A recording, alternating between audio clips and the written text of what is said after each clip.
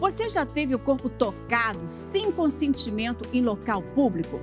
Se a resposta é sim, saiba que infelizmente isto acontece frequentemente com muitas mulheres.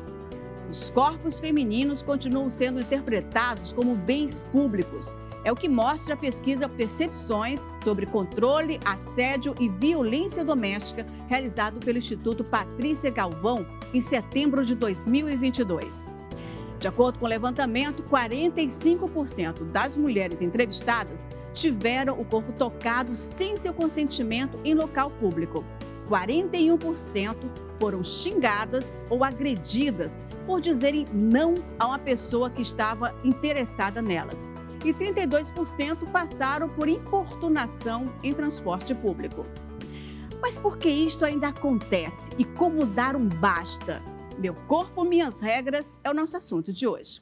Entra na roda com a gente.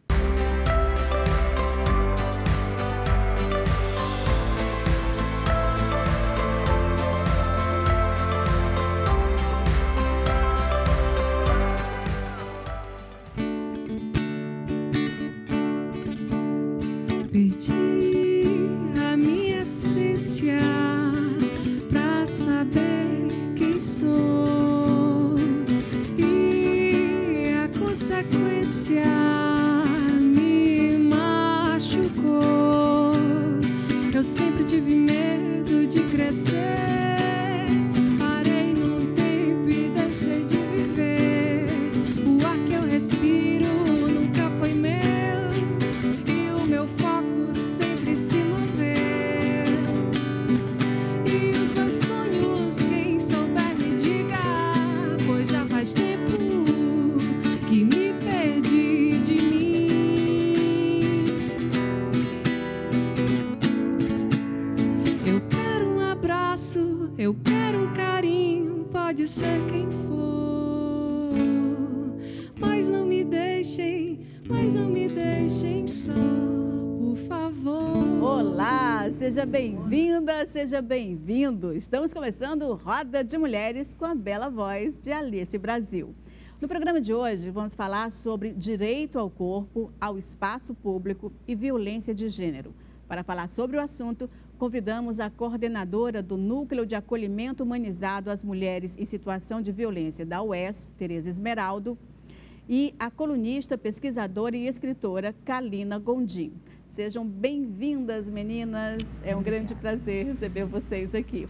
Agora, é impressionante que em pleno século XXI ainda estejamos discutindo sobre a questão do direito ao corpo, né? Como é que vocês enxergam isso? É uma questão histórica, né? Uma luta histórica dos movimentos feministas, o direito à autonomia, né? O direito à liberdade, né, o direito ao nosso próprio corpo também, que passa tudo por isso, né? Então, assim, a gente luta historicamente contra uma opressão que atinge, em particular, mulheres. E uma das formas históricas é justamente essa questão, tratar o nosso corpo como um objeto, como você bem disse, né? Como se fosse um objeto que pertencesse a todos, menos as próprias mulheres, né? Então, essa é uma luta histórica.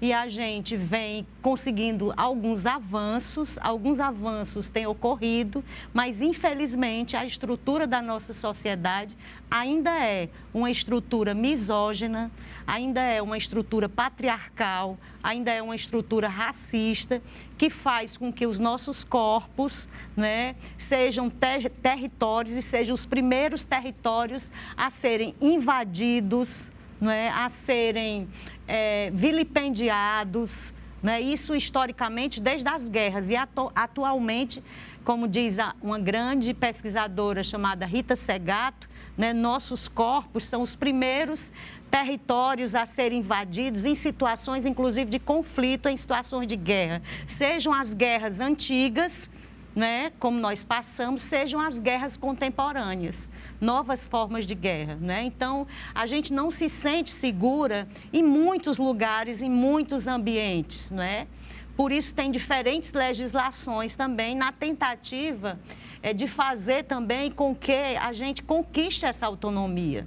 Nós estamos, assim, construindo passos nesse sentido, Os movimentos feministas, na sua pluralidade, já avançaram bastante, mas, infelizmente, né, existe ainda estruturas arraigadas que fazem com que, por exemplo, se a gente sai à noite num determinado lugar, a gente tem medo, né, de ser assediada, né, de alguém chegar e tocar no nosso corpo sem o nosso consentimento, porque a palavra-chave é consentimento, não é?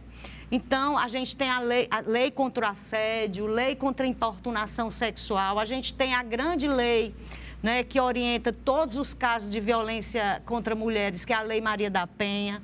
A gente tem recentemente um parecer, né, da AGU em relação a essa questão do assédio, né, sexual e de todo crime que afete a dignidade sexual das mulheres e também referente à questão das identidades de gênero e sexualidade. O parecer da AGU, por exemplo, em todas as instituições públicas, né, federais, estaduais e municipais, tem um parecer relativo a isso, tem todo um protocolo, a necessidade de fazermos capacitações, tem o projeto de lei da Maria do Rosário, né? Não é não, que é um protocolo em relação aos casos, justamente em bares, restaurantes, determinados espaços, né, que vendem bebidas alcoólicas e tal, ter todo um protocolo de acolhimento, não é? Acolhimento às mulheres, porque, infelizmente, né, a nossa palavra, muitas vezes, quando a gente denuncia um crime de assédio sexual, de importunação sexual, muitas vezes acontece da gente ser julgada, da nossa palavra ser descredibilizada. E existe uma lei em relação a isso também, que é a lei da violência institucional, que é também a lei relativa à questão da revitimização. O que você falou está dentro dessa pesquisa que eu falei logo no início do programa? Sim. Que essa pesquisa foi feita com mulheres e com homens também. E os homens, muitos deles, dizendo que realmente importunou, mas a culpa foi da mulher. Ou seja, a mulher é sempre, que seria a vítima, é sempre a culpada. Ou por causa da roupa que ela está vestindo, ou porque ela sai em um determinado horário que não era para sair. Então, assim, a vítima é sempre a culpada. Acho que é necessário que mude essa ideia, né? Exatamente. Essa questão da autonomia do corpo, né, da mulher, ele pode ser pensado sob diferentes perspectivas, né? Você vê, às vezes, a opressão que algumas mulheres sentem em ter que mostrar o corpo, em outras culturas ter que esconder o corpo, né? É um corpo também que não pode envelhecer, é um corpo que é sempre objeto de uma moda, né? Para a gente estar usando diferentes adornos, é um corpo que agora está em constante metamorfose, né? Passando por cirurgias plásticas. Então, assim, essa questão do domínio do corpo, né? Tem essa questão sexual, né? Do assédio, mas também tem essa questão, né? O corpo da mulher tem sempre uma ditadura sobre ele, né? Seja por moda, seja cirurgia plástica, mostrar demais, esconder. Então, assim, isso, né, se distancia cada vez mais da questão da autonomia, né? Recentemente, eu estava conversando com um colega professor e eu falando que me despertava muito interesse essa questão dessas mulheres, desses países que andam de burca, né? E eu disse, por que isso não para? Por que a ONU ou o direito internacional não intervém, né, de uma maneira mais enérgica? Aí ele falou das questões econômicas, né, por trás, são países ricos que têm petróleo, mas também ele falou que muitas vezes pode ser que essas mulheres não se sintam oprimidas. Eu digo, olha, mas isso aí quem tem que responder são elas, não é isso? Então, assim, silencia a mulher e ela fica, né, nessa engrenagem de sempre coloca roupa, mostra, tira, esconde, né, e ela não tem a voz, não tem a vez de dizer, né, de ditar como é que ela gostaria de exercitar, né, de sentir o seu corpo, de mostrar-se. Os homens é que definem o que ela tem que usar, exatamente. o que ela não tem que usar e o que ela sente, né? É o discurso masculino, né? É o discurso masculino que, historicamente, definir o que é uma mulher, né? É toda uma lógica que atravessa as instituições, né? Que atravessa instituições religiosas, instituições políticas, instituições educacionais, né? Então, tem todo um discurso que nos coloca não na condição de sujeitas, né? Que tem autonomia na questão da emancipação, não só econômica, mas emocional também, né? Então, é todo um discurso historicamente construído que nos coloca nessa posição de objeto.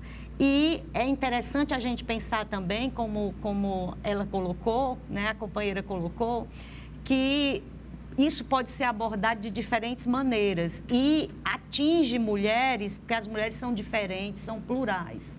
Atinge mulheres, se a gente considerar, por exemplo, a questão racial, se a gente considerar a questão geracional, se a gente considerar a questão das identidades de gênero e da sexualidade, a gente fala hoje de mulheridades, né? Não necessariamente aquela ideia de mulher associada só ao biológico, né? Mas tem toda uma construção de gênero aí. Então, isso atinge diferentes grupos de mulheres e mulheridades, né? Que são grupos mais vulneráveis ainda a serem objetificados. Uma hipersexualização, uma hiperobjetificação de mulheres, como acontece, né, em particular com as mulheres negras, né? Com as mulheres trans, né? E acaba tendo uma relação, essa objetificação, tendo uma relação com essa violência de gênero, Sim, inclusive com o feminicídio, né? Inclusive, a reta final, né? O ponto extremo disso, eu considero mais trágico, e o extremo é quando você silencia o feminicídio, ele te silencia para sempre. A gente tem diferentes técnicas e estratégias utilizadas pelos poderes de nos silenciar. Né? De fazer com que nós não tenhamos autonomia sobre os nossos corpos e as nossas mentes, né? De nos submeter a diferentes formas de opressão. Então, a gente tem tudo isso, né? E a gente tem um movimento, porque eu gosto sempre, quando a gente está aqui conversando, Lana, eu gosto sempre de frisar isso. Os movimentos feministas são importantíssimos, né, para nós. As leis que nós temos hoje, as políticas públicas que nós temos hoje de enfrentamento à violência, por mais que tenhamos críticas, né, o seu caráter parcial ou limitado, né, é fruto de muita luta de diferentes gerações de mulheres, né? E hoje a gente tem diferentes expressões dos movimentos feministas, a gente tem o movimento feminista negro, né, a gente tem o movimento feminista trans, né? A gente tem as feministas materialistas, enfim, a gente tem diferentes expressões dos movimentos que têm uma unidade na diversidade. Né? Mas é necessário também que esses feminismos, eles tenham alguma forma de chegar mais nas pessoas, porque, Sim. assim, eu estava discutindo sobre isso até no programa anterior, falando exatamente dessa dificuldade que se tem de se chegar a pessoas que pensam diferente. De diálogo, de ter um diálogo, de ter... A gente tem, por exemplo, as católicas pelo direito de decidir, importantíssimo movimento. Porque acho que na hora que você compreende, porque, por exemplo, você compreende o que é um patriarcado, por que o patriarcado é algo nocivo, né? Eu acho que a gente precisa explicar assim, o beabá mesmo, para que as pessoas... A gente fala muito da nossa bolha, né? Exatamente. Então, assim, eu acho que é necessário que a gente saia um pouco e fale a linguagem dessas pessoas que talvez elas não sejam seja talvez por ignorância mesmo, por desconhecimento, sim. Que ataquem, por exemplo, o feminismo. Existe um movimento muito grande aí contra o feminismo, né? Mas talvez por causa dessa falta de desconhecimento, é verdade. Né? Mas assim, entender até que, por exemplo, nós estamos hoje aqui discutindo isso abertamente, porque outras gerações de mulheres, a gente teve em vários nos programas, né? Eu sou uma fã do programa, então assisto sempre. Você trouxe já diferentes gerações de mulheres aqui, de diferentes épocas, né? Como é importante isso. E tem uma coisa que eu acho que é legal também, a gente defender política pública, porque para que a gente possa educar as novas gerações, por exemplo, dentro das escolas, dentro das universidades, é preciso ter essa discussão. essa discussão sobre a questão da violência, essa discussão sobre a desigualdade. Por quê? Por que a gente trabalhando no mesmo nível, ocupando o mesmo cargo, a gente ganha inferior que um homem? Isso é um exemplo claro do que é o patriarcado. Precisamos de uma lei que houve agora, com essa mudança de governo, para que Pela a gente equidade pudesse... de gênero, tivesse uma equidade aí no ganho salarial, Por né? quê, né? Precisa de uma lei para isso. E mulheres votaram contra essa lei, né? Mais precisamente 10 mulheres, na época eu até fiz um artigo pelo Povo, né? Questionando por que 10 mulheres votaram contra a lei de equidade salarial.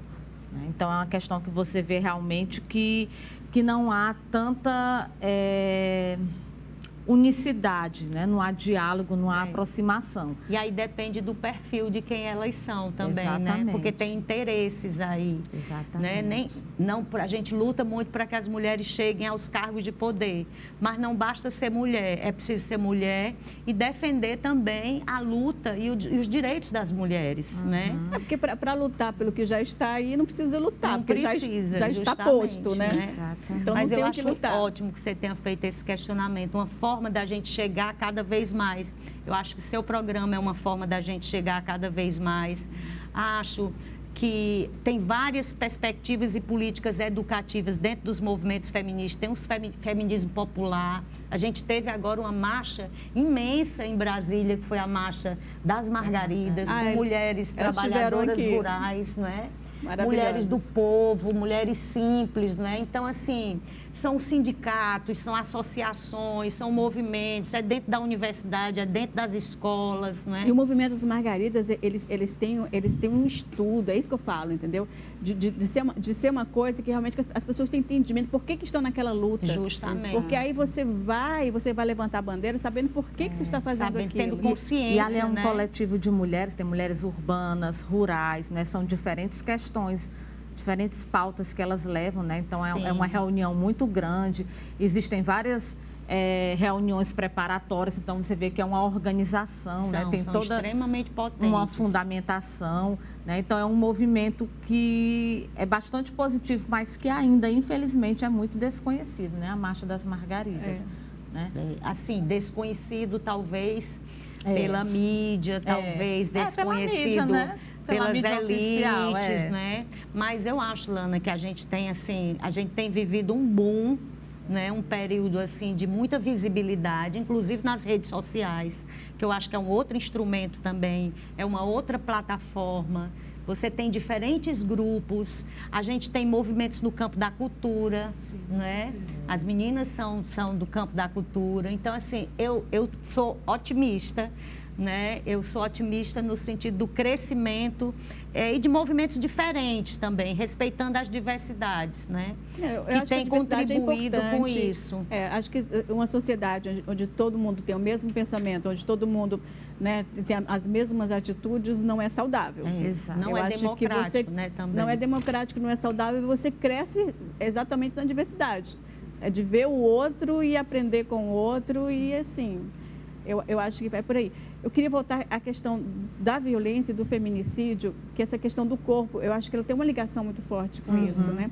E aumentou muito o número de casos. Aqui no Ceará, então, assim, praticamente quase todo dia, se você liga a Teve o último agora, né? Exato. Aí você teve um outro que foi por causas financeiras também, mas é um feminicídio. Então, assim,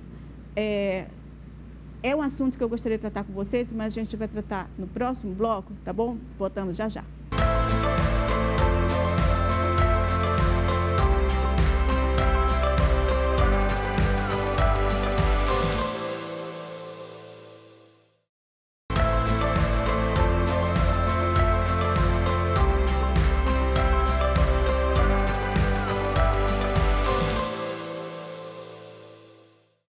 Estamos de volta com Roda de Mulheres. Meu corpo, minhas regras é o nosso assunto de hoje.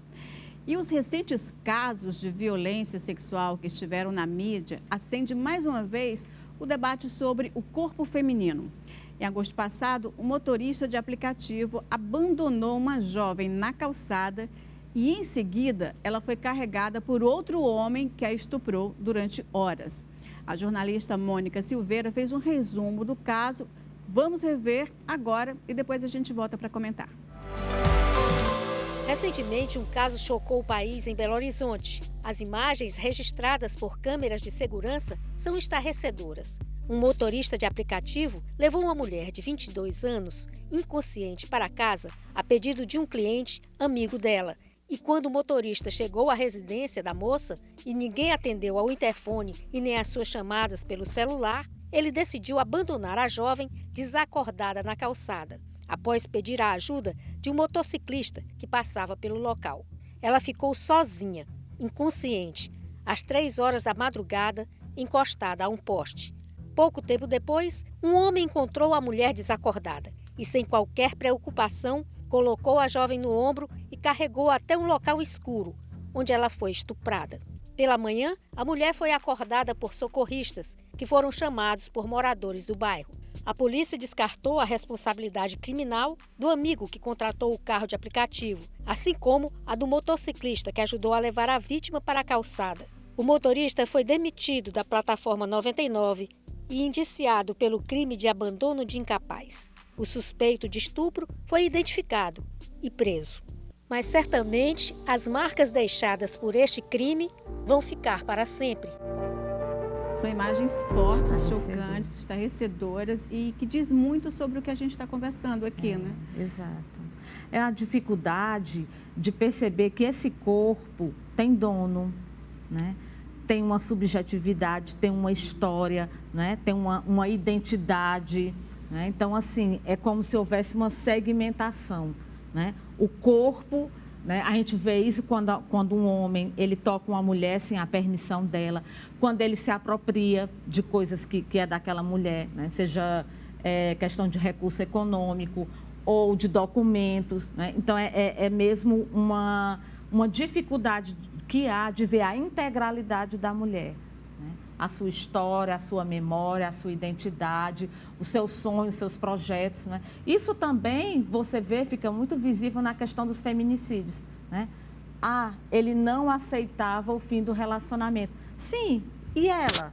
A vontade dela, a livre expressão, né? A subjetividade. Então, assim, parece que esse corpo, né, ele não pode ditar nada, ele não pode dar os freios, os limites, fica sempre à mercê dessa outra vontade, que é uma vontade hierarquicamente superior, né? E que se ela não for atendida, né, pode ser como a professora aí falou, a mulher ser silenciada para sempre, né? Então, eu acho que essa luta, né, que a gente fala do corpo, na realidade, é a luta de uma subjetividade que quer aparecer, que quer se afirmar, condição de sujeito, não é? né? Pois é, a condição de sujeito, né? Porque esse corpo, ele tem história, né? Esse corpo pertence a alguém, né? Alguém que quer ditar as suas regras. Que tem né? vontade, não é não é porque ela bebeu um pouco mais, não é porque ela... E por isso mesmo é que deveriam ter um respeito maior, porque ela estava fora e é considerado legalmente, né?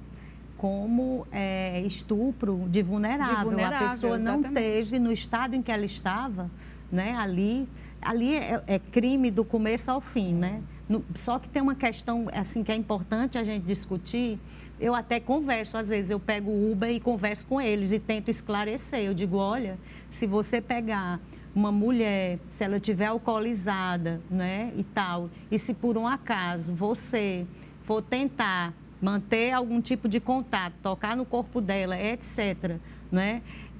Saiba que ela não está em condições, o que é que a gente considera vulnerável nesse caso? Ela não tinha a menor condição de dizer sim ou não em relação àquilo. E nesse caso que a gente viu, é um caso extremo, né? Foi uma falta de assistência completa. Desumano, completa, gente. Foi desumano. Mas que revela, veja, é um corpo que pode ser deixado em qualquer lugar, que pode ser usado, né? Que pode ser expropriado, que pode ser violentado.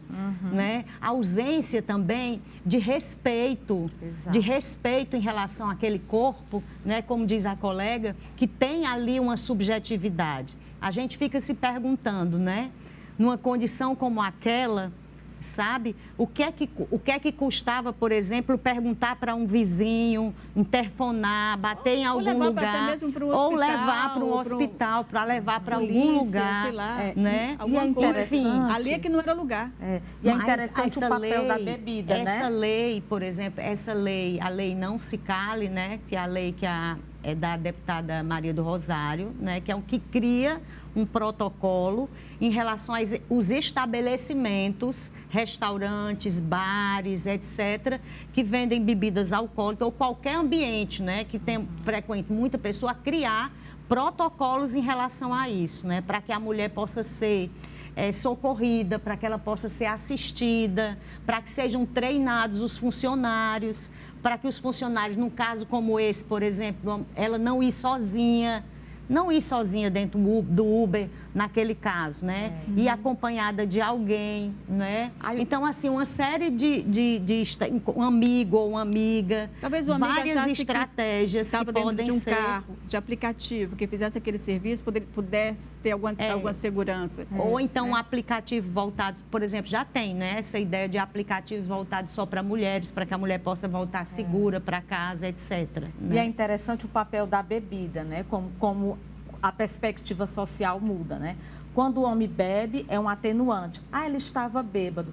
Quando é a mulher que foi assediada que estava bêbada, também ela bebeu. Pois é. Né? Então, a gente vê que há todo um outro olhar social, né? Sempre tendendo como se merecesse, porque...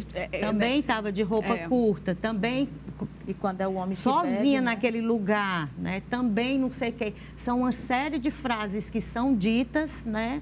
Como se justificasse a questão, moralmente, a violência. O crime, né? O crime. Todo tipo de violência, né? Desde a violência física, a violência sexual, enfim. Mas para que a gente né? entenda isso, a gente precisa voltar um pouquinho na história, né?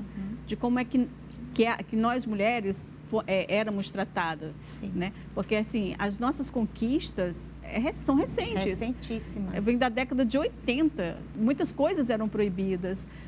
Mulher no futebol era proibido. Mulher não tinha conta de banco. Quer dizer, nós éramos objetos. Não podia viajar sem o consentimento do marido. Não podia ter prazer sexual.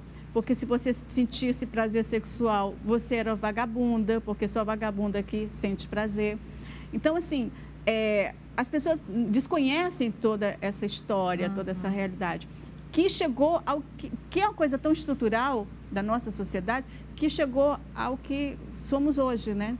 E para desconstruir isso é um trabalho muito uma grande. Mudança cultural, né, que é fundamental. É isso que eu falo, como chegar nas pessoas para que elas possam ter essa compreensão, né? A gente pode pensar de diferentes perspectivas, né, Lana? Educacional. Hoje, aqui no estado do Ceará, a SEDUC, ela tem um referencial curricular. Dentro desse referencial tem os temas integradores, né? Dentre esses temas integradores, nós temos a educação de gênero, né? Então, existe também um projeto do governo do estado que leva a Lei Maria da Penha para as escolas, né? Então, assim, tem os equipamentos sociais também, a Casa da Mulher Brasileira, mas é uma questão também eminentemente educativa, né? Os meios de comunicação também, você vê que eles estão paulatinamente trazendo essas questões das mulheres, ainda que fique oscilando, né, entre apresentar a mulher como um sujeito de direitos e algumas, às vezes, no mesmo canal, objetificando a mulher. Mas a gente percebe que é uma transição, né, que é uma coisa que é falada, né, que aparece, que tem visibilidade. Que anteriormente eram questões totalmente silenciadas, né? Mas, assim, eu sempre defendo, nos locais que eu tenho voz, que isso tem que ser uma questão intersetorial, né? Não é só questão de justiça, né? É uma questão de educação, é uma questão de saúde, né? Como os profissionais da saúde, eles devem se portar ao receber uma mulher... vítima de violência. Né? Vítima de violência sexual ou física, né? Então, é uma questão que tem que levar em conta todo o corpo social mesmo, né? As pessoas... É questão da informação também, mas da boa informação, né? Eu acho que tem que ter uma educação para como lidar com a internet também, sabe? É preciso fazer uma leitura das novas tecnologias da informação e da comunicação, a gente precisa preparar, né, as novas gerações a como usar, porque é como se a gente vivesse uma era da chamada pós-verdade, em que tudo que eu penso na minha cabeça alguma coisa, eu verbalizo, pode ser a coisa mais absurda do mundo, aí eu vou e chego o meu direito de livre expressão, entender que também existe, né? Não é só o que se eu pensar qualquer coisa e dizer, e aquilo não ter nenhum fundamento, aquilo não ter base científica, aquilo não ter, eu posso estar mentindo aí, né? Aí vem as teorias de terra quadrada, então, terra plana, eu penso muito, justamente, eu acho que tem a ver com isso que você colocou, Lana, de uma época que a gente vive também, que ao mesmo tempo que há a possibilidade de informação maior por conta das redes sociais, por conta da internet, etc., mas ao mesmo tempo eu acho que a gente tem que educar para a gente ler as coisas, né, e investigar se aquilo é verdade ou não, a gente poder ter uma leitura crítica também sobre as coisas, sob pena de qualquer coisa, né, que falarem, você já vai estar acreditando. Então, eu acho que tem que ter uma formação também. Acho que é um problema de caráter educacional e a gente teve perdas nesse sentido no governo anterior. Até a palavra gênero, né? Todo mundo, gênero é um absurdo, vai fazer isso, aquilo, mas é preciso ter educação sexual nas escolas para evitar que crianças sejam vítimas de violência sexual. A escola é um lugar onde as crianças, os professores, né, notam, são os primeiros a perceber sinais de quando uma criança foi vítima de violência sexual, né? Então, por exemplo, a criança dentro da escola ser protegida, né, ter programas importantes ali, né? Então, eu acho que essa questão tem que ser desde criança, a gente aprender a como, né, se defender, aprender a como lidar com o nosso corpo, né? Aprender que o nosso corpo, por exemplo, ninguém pode vir tocar no nosso corpo em determinadas... É importantíssimo isso, né? Para as crianças também irem, as crianças, os pais educarem também, porque a gente tem, semana passada a gente teve um treinamento no nosso núcleo, no NA, a doutora Josiana França estava lá, que é do NUAV, e os dados que ela nos mostrou são aterradores em relação à quantidade de meninas, de crianças vítimas de violência sexual, né? E que até 10 anos de idade, 14 anos, né? Vítimas de violência e que muitas vezes, né, a partir dos 14, se o corpo já estiver relativamente formado, o risco aí da questão da gravidez, né? E as consequências físicas, psicológicas, gravíssimas, né, que fica na vida, né, de uma pessoa que sofre violência sexual, cujo corpo é invadido, né? Então é muito sério isso, é muito sério e a gente precisa falar mais sobre isso. Acho que aqui é um espaço importantíssimo. Você tem toda a razão quando diz que a gente tem que ter formas criativas, educativas de como se comunicar com as famílias, né, com os pais, com as mães, né? É porque educação sexual na escola não significa que você vai ensinar o seu filho a ter relação sexual. Não. Você vai já fazer um trabalho de prevenção. De prevenção, né? De prevenção à gravidez, precoce, de prevenção à violência sexual, a qualquer tipo de abuso, né, que a criança ou adolescente possa saber, não é?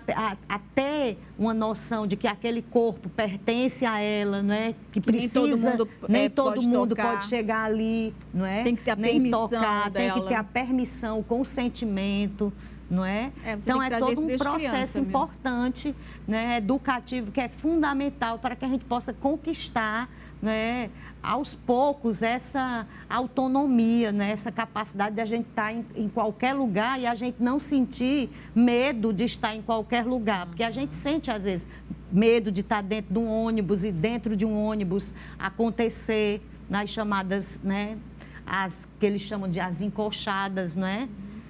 Que é mais frequente do que a gente... Mais frequente do que a gente imagina, né?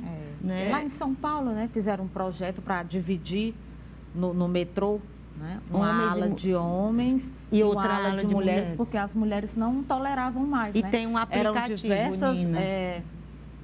Eram diversas reclamações, não é isso? Então, a própria prefeitura, ela entendeu por bem dividir, né? E isso é estarrecedor, sabe? Isso é algo assim, é inacreditável. Que um homem não possa estar no mesmo ambiente que uma mulher e se controlar. Exato, que respeite. Isso é primitivo, sabe? Assim, animalesco. Então, assim, isso aí dá conta de quanto a sociedade ainda precisa evoluir, estudar, fazer campanhas educativas, não apenas a educação escolar ou em universidades. No próprio terminal de ônibus, como um dia desse um canal de televisão veiculou, que estavam fazendo campanhas de esclarecimento. Né? A família também tem que fazer esses esclarecimentos, porque realmente é uma situação de intensa vulnerabilidade, né? Notadamente das mulheres que são crianças, né? Das meninas que não têm voz, que muitas vezes nem sabem que estão sendo assediadas, que às vezes violadas. Quando vão falar ninguém acredita. Exato. Né? Quando a menina diz alguma coisa, às vezes também, já desde criança, a palavra dela não é, né? Como se ela estivesse inventando né? Histórias. Os sinais que a gente precisa notar. Os sinais são muito importantes, eu queria até falar sobre isso, mas a gente vai falar no próximo bloco. Vamos encerrar com Alice e a gente volta já já. Essa música aqui canta um pouco sobre pedofilia também. Me toquei que não fiz nada e lá vem a madrugada pra me castigar. E a lua tem a pena de uma criança tão pequena que não pôde respirar. A noite cai em lágrimas, me deixando acordada com barulhos ao redor. Mas foi a trovoada que me manteve acordada e não deu pra cochilar. Ontem tomei uma decisão. Lá vem meu trem, lá vem, vou pôr os meus planos em ação.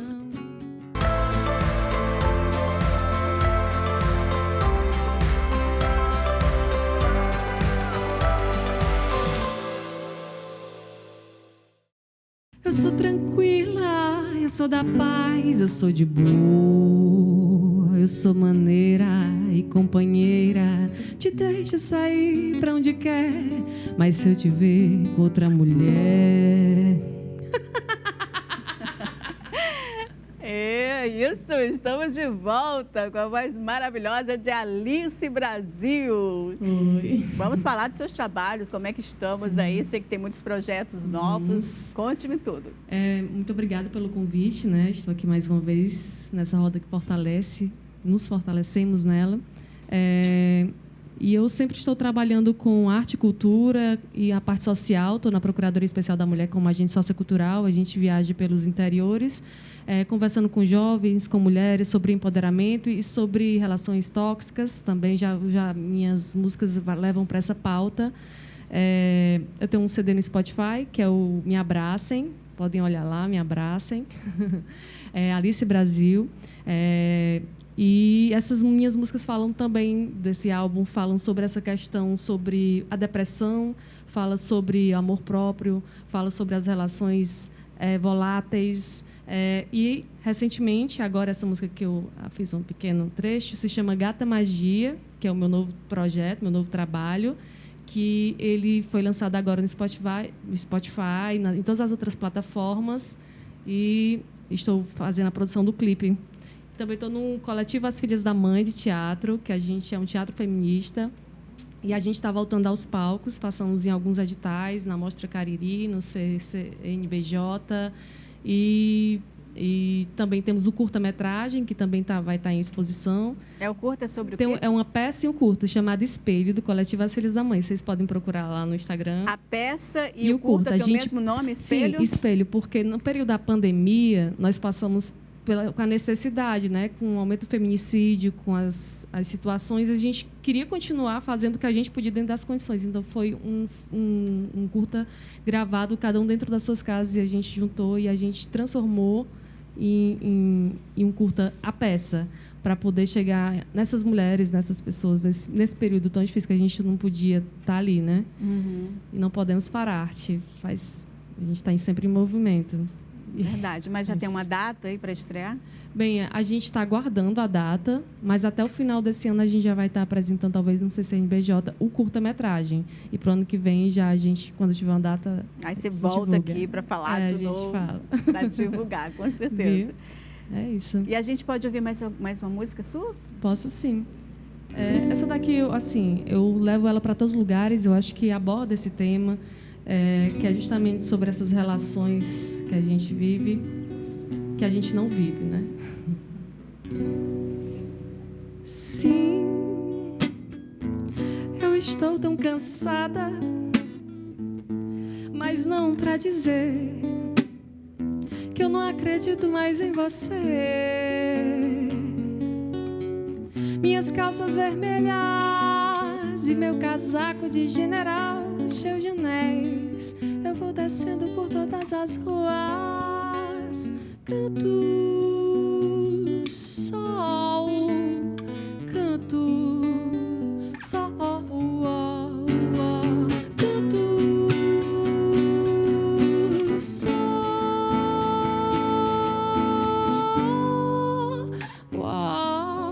Só você sabe que eu preciso de você para viver, para viver, para viver essa ser. Só você sabe que eu vim de longe, que eu vim de lado, que eu vim de laços, que eu vim de amassos. Só você sabe que eu preciso de você para viver, para viver, para viver essa ser. Só você sabe que eu vim de longe, que eu vim de lado, que eu vim de laços, que eu vim de março. Delícia! Muito bom. É uma delícia as músicas da Alice, né? E assim, tem humor também, eu acho super interessante esse toquezinho de humor que ela coloca de ironia. Já tem duas linguagens, né? Assim, essa mais assim, densa, né? Que às vezes a gente tem que falar sério, mas eu gosto muito de brincar e ser irônica, porque a gente lidar com situações tão pesadas, né? Verdade. E quando a gente vai falar, principalmente falo para jovens, então se vou chegar desse jeito, ditando isso acontece e tal, dando estatísticas, mas a gente levar de uma maneira mais sutil, não sei falar a verdade, né? Lúdica, para eles entenderem e se perceberem também, né? E às vezes sobre essa questão da pedofilia, principalmente a gente vai nas escolas e a importância de ter advogados, ter pessoas da psicologia, artistas, para poder estar ali todo mundo junto, para poder a gente levantar aquela pessoa, não só deixar na prevenção, mas também remediar de alguma forma, né? Não ficar adiando, porque quando tem uma oportunidade, a arte é essa coisa que aproxima, que quando a pessoa, o jovem, ou a mulher, ou qualquer ser em vulnerabilidade, se sente acolhido através da música, do cinema, eles se sentem representados. Então, a importância da gente chegar lá de uma maneira, dar esse abraço, é sensorial mesmo, assim. E a importância de ter alguém ali profissional, não só na arte, para fazer essa parte de remediar, né? E a gente estava falando no outro bloco a respeito de como chegar nas pessoas. A arte é um veículo formas, né? impressionante, maravilhoso, que pode chegar nas pessoas e mandar esse recado, entendeu? De uma forma lúdica, de uma forma que você possa receber, né? Porque essa coisa de você muito didática também, às vezes fica uma coisa meio, né? Por que eu tenho que professoral fica meio e a música, ela ajuda bastante nisso. Sim, é isso. Certeza. É um trabalho muito impressionante, muito interessante o seu. Que ela é plural, né, meninas? Vocês já perceberam? Ela é atriz, ela é cantora. Ela é de um coletivo importantíssimo, que é o coletivo As Filhas da Mãe. As Filhas da Mãe. E a gente fazem todo um trabalho lúdico, né, também. Mas os Filhos da Mãe é só teatro? É teatro, são mulheres. Né? É um teatro político, né, que a gente começou convidados da Procuradoria em 2018. E a gente foi desafiada em montar esse grupo e falar sobre justamente feminicídio E aí a gente teve as necessidades das atrizes para a gente colocar, porque, infelizmente, eu não conheço nenhuma mulher que não sofreu nenhum tipo de violência, assim, eu não conheço. E aí a gente chegou, se juntou, então vamos falar sobre as violências que nós sofremos. E uma passou por abusos, outras por agressão, outra por violência na infância. Então a gente foi somando, né, os déficits da vida e fomos conversando, e a peça surgiu, né, nessa necessidade de nós não falarmos sobre números, mas sim sobre mulheres, sobre pessoas, sobre vítimas, que a gente normalmente... tantas mulheres foram violentadas. Surgiu assim a história, né, da Coletiva Feminina. A gente não é só um número, a gente tem uma história. Eu vim dali, eu vim daqui, foi justamente o que você falou na outra hora, no início. E aí surgiu... E ele se movimenta nesses lugares de periferia, ele se movimenta nessa parte mais de praças, nesses lugares políticos mesmo, que inclusive a gente passou até por uma situação difícil, uma violência política, né? Não diretamente, foi um período que a gente está até nesse processo, sobre distorcerem, né? Como a gente também apresentou uma peça falando sobre abandono paternal, sobre feminicídio, sobre violência doméstica. E foi completamente distorcida a imagem, e como as pessoas elas transformam uma poesia em uma prosa completamente... criminalizam, né? Criminalizam, que isso abala, assim, não me abalou fisicamente, mas emocionalmente, nosso emocional, meu e das minhas colegas atrizes, da nossa imagem exposta, associada, coisas que a gente não concorda. E assim, esse processo sempre de buscar provar que você está falando tal coisa, que a gente foi vítima, a gente tem tido como culpada, né? Não só no sentido físico, né, dessa situação que a gente está falando, meu corpo, minhas regras, mas minha arte foi completamente distorcida, né? Não tem, mas a arte tem regra, assim, no sentido de ter um propósito, né? A arte sem propósito, eu acho que realmente verborrágico, todo mundo está nesse lugar de fala, mas para quem você quer comunicar, ok. Mas eu, como artista, e acredito que o artista vem para transformar, né? E as Filhas da Mãe têm essa iniciativa política mesmo, de mexer, de ir nas escolas e conversar com esses jovens, que eles podem dizer sim, eles podem dizer não, e eles gritarem junto com a gente. E eu acho fundamental falar um pouco sobre a violência que a gente passou, porque aqui também é um lugar de fala, né? Mas já foi resolvido, Não, Alice? é um processo longo, como todos os processos, né? E sempre quebra para a corda mais fraca, que são os artistas. Eu não quero entrar bem, porque Nós não da vamos outra entrar. vez você ficou um pouco relutante, mas assim, você poderia explicar melhor o que aconteceu para que as pessoas pudessem entender? O Coletivo As Filhas da Mãe, como falei, fala sobre violência paternal, feminicídio. Mas em 2018 a gente fazia essas peças, inclusive a gente fez na UES, que você estava também, em outros lugares, e a gente abordava esses temas, né, e a gente trabalhava com bonecas. Essas bonecas ensanguentadas no chão representavam o abandono paternal, que a gente fazia dentro de uma rádio, anunciando esses corpos, e a gente jogava esses corpos como se fossem só representando cada ser que se foi pelo feminicídio, ou pela agressão, ou pelo que foi. E sobre a pedofilia, a gente falava, canta essa música que eu cantei no final, essa música falando sobre pedofilia, outra canta o texto. E dentro desse momento a gente foi distorcido como se nós fôssemos apoiadoras do aborto, e apareceram nossas imagens enfim, completamente distorcidas sobre até meu corpo e minhas regras mesmo. De grupos extremistas. Sobre questões políticas, né? A gente caiu de paraquedas, a gente estava fazendo nosso trabalho como artista.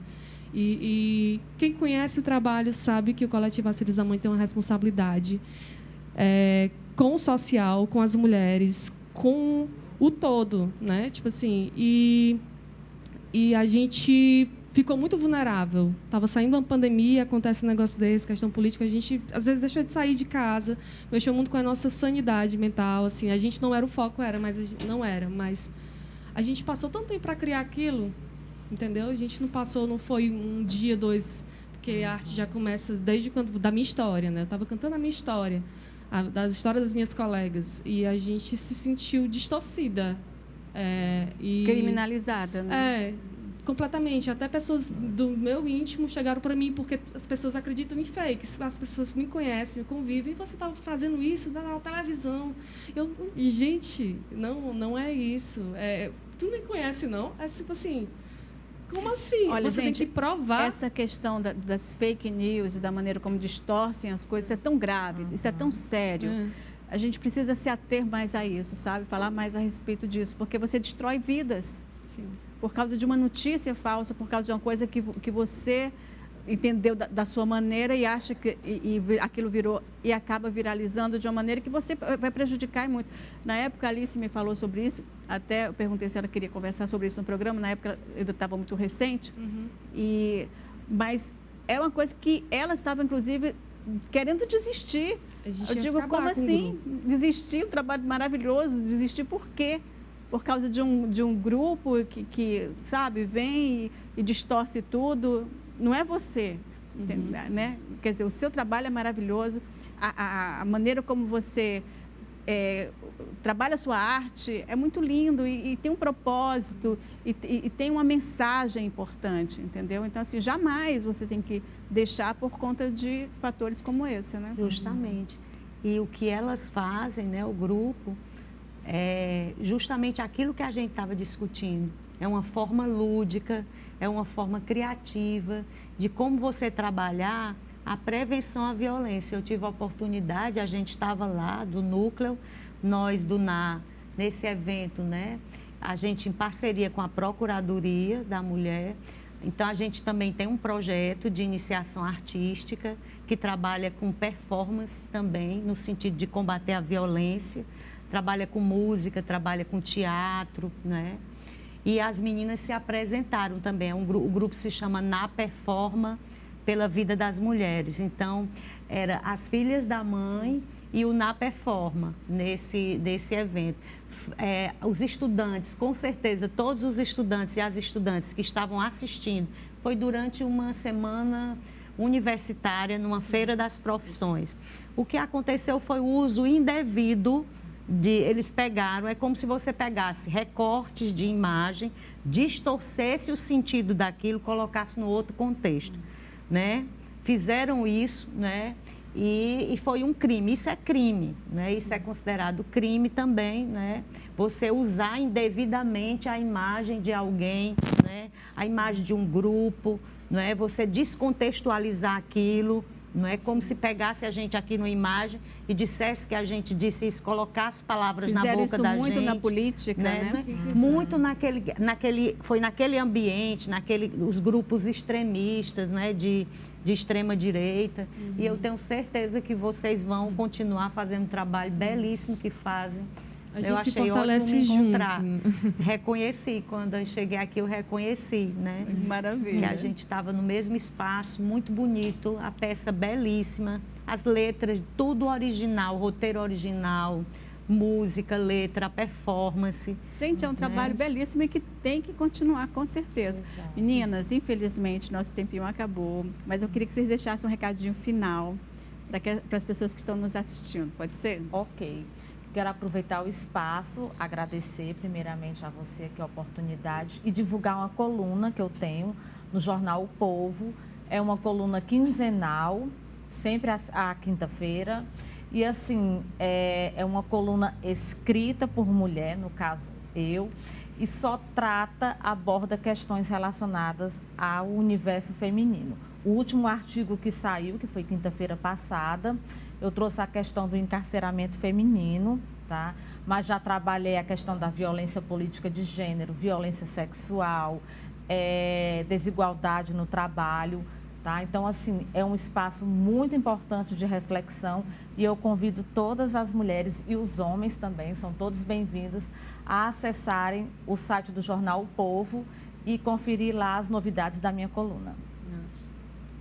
Lana, primeiro queria agradecer a oportunidade, né, de estar aqui com duas companheiras de grande contribuição, né, para a discussão de hoje. Agradecer, desejar vida longa ao programa Roda de Mulheres e divulgar também aqui para vocês que na UES, na Universidade Estadual do Ceará, existe um núcleo, né, chamado Núcleo de Acolhimento Humanizado a Mulheres em situação de violência. A gente atende estudantes, professoras e servidoras da UES que tenham sofrido qualquer violência em razão do gênero, né, dentro do ambiente acadêmico.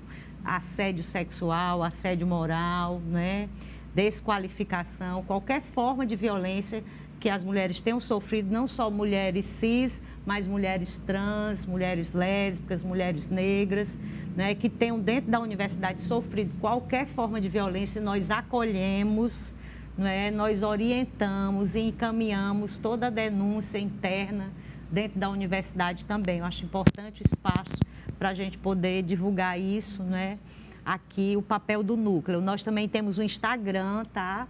Sigam a gente no Instagram, é na oficial, né? Na US oficial. Sigam a gente no Instagram e agradecer muito, Lana. Desejo vida longa a esse programa que é tão importante para a gente, né? Um lugar de acolhimento, de discussão. Enfim, muito obrigada, querida. Eu que agradeço e a a vocês também. Muito obrigada mais uma vez aqui. A gente tem que montar uma peça ainda, né? Pois a gente é. de fazer uma peça. Não esqueci.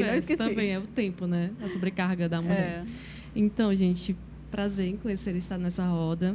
E eu gostaria de falar o meu Instagram, Alice B Brasil, para associar B de bonita. O empoderamento já começa, não. Alice B Brasil e o coletivo As Filhas da Mãe. São esses 2 arrobas que eu queria passar para vocês. Vão vir novidades agora no mês de outubro. O clipe da Gata Magia vai sair. Maravilha. Esperamos aqui também, mais uma vez, muito obrigada. É uma honra ter vocês aqui, tá bom? Obrigada pela contribuição de vocês. E estamos encerrando mais um Roda de Mulheres, agradecendo às artistas Nívia Castro, Rosa Morena e Solana Salme, que estão com seus quadros e exposição aqui no nosso estúdio. Vocês podem entrar em contato com as artistas pelas redes sociais. Nós ficamos por aqui e mais uma vez obrigada pela sua audiência. Voltamos na próxima semana. Até lá.